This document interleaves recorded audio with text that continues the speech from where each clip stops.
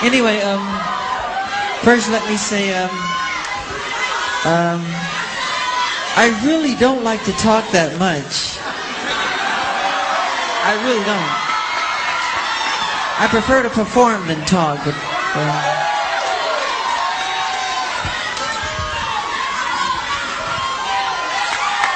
Yeah!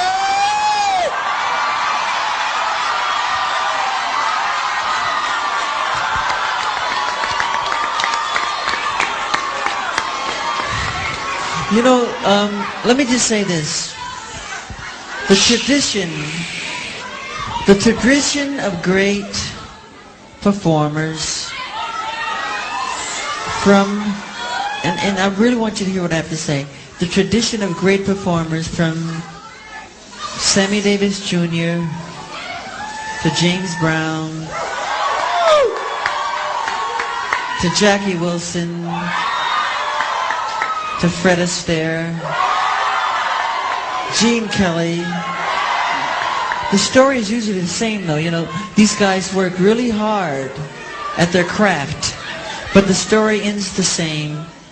They usually are broken, torn, and usually just sad, and the story is very sad in the end, because the companies take advantage of them.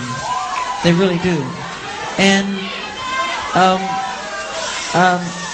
Sony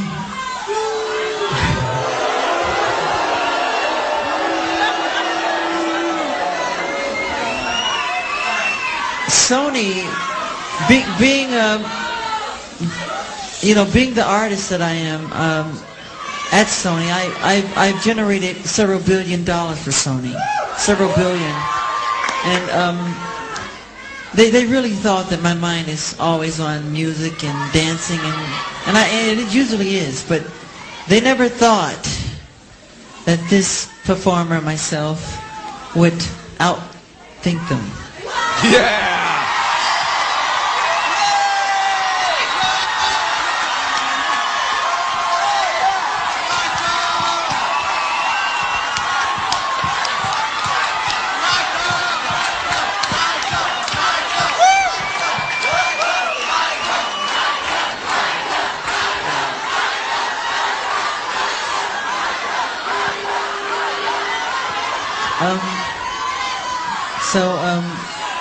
We can't let them get away with what they're trying to do, because now I'm a free agent. Yeah.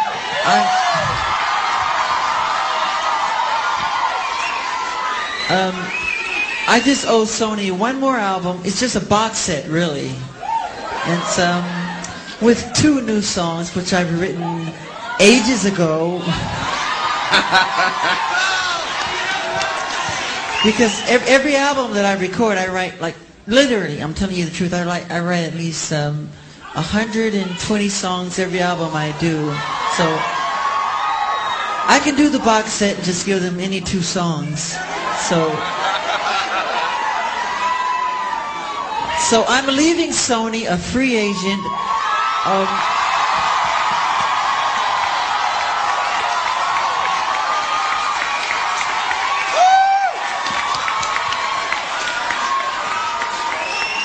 Owning half of Sony.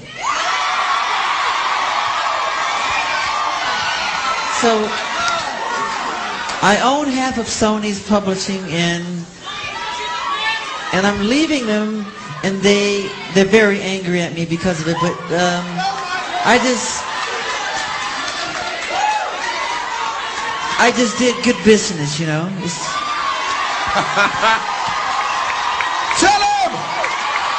Tell it, Michael! Tell the story!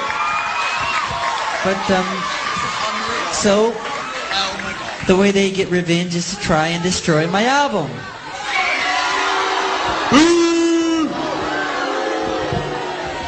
But I've always said, you know, good art never dies.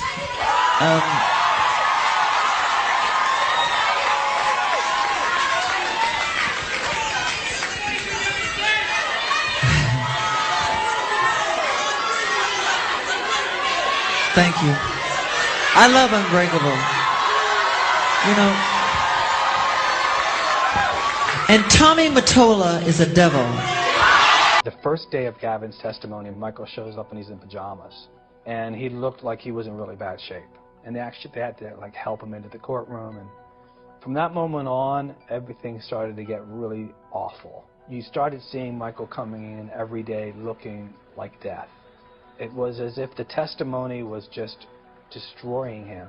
To sit there in court and watch the legal system hurl absurd and vindictive and nasty, mean-spirited allegations at him like this absolutely traumatized him. For me, and for other people who actually knew Michael, this was a real human being whose life was being destroyed. And every day it just seemed to get worse.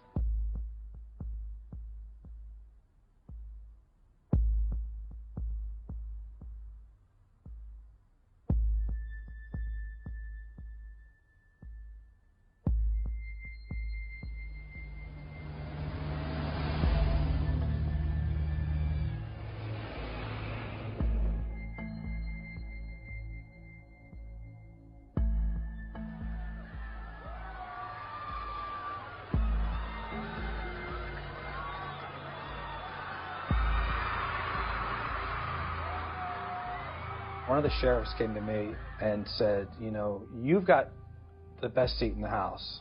And I said, well, why? And he said, because you're sitting right behind Michael, and when we find him guilty, we're going to get him out of there so fast that your head's going to spin. These people had already decided that Michael was guilty, and they were sure of it, so sure that they had an exit plan to get him out of there.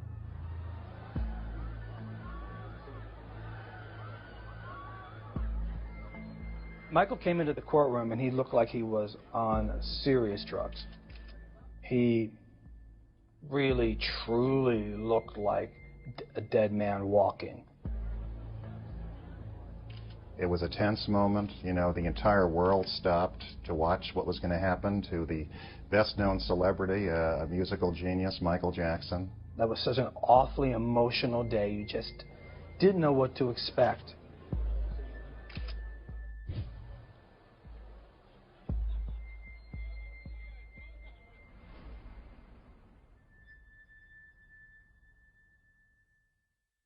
We, the jury, in the above entitled case, find the defendant not guilty of conspiracy as charged in count 1 of the indictment.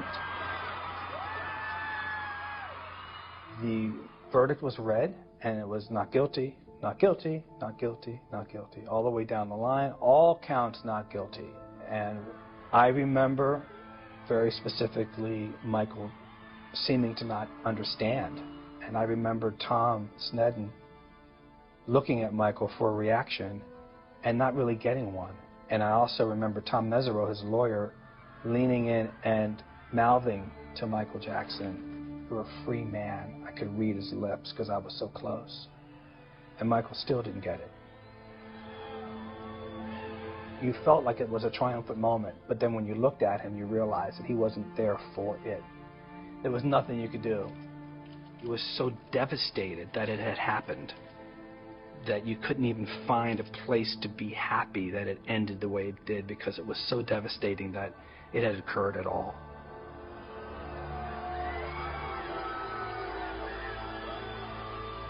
It's sad because I really feel that trial is what really depressed my brother out to the point where he just wasn't happy. He never went back to Neverland.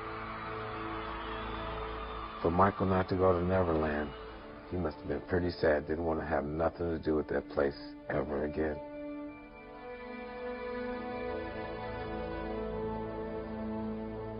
He would always tell me, "It's over, I don't trust anyone. I don't know why they're doing this to me. They want me dead."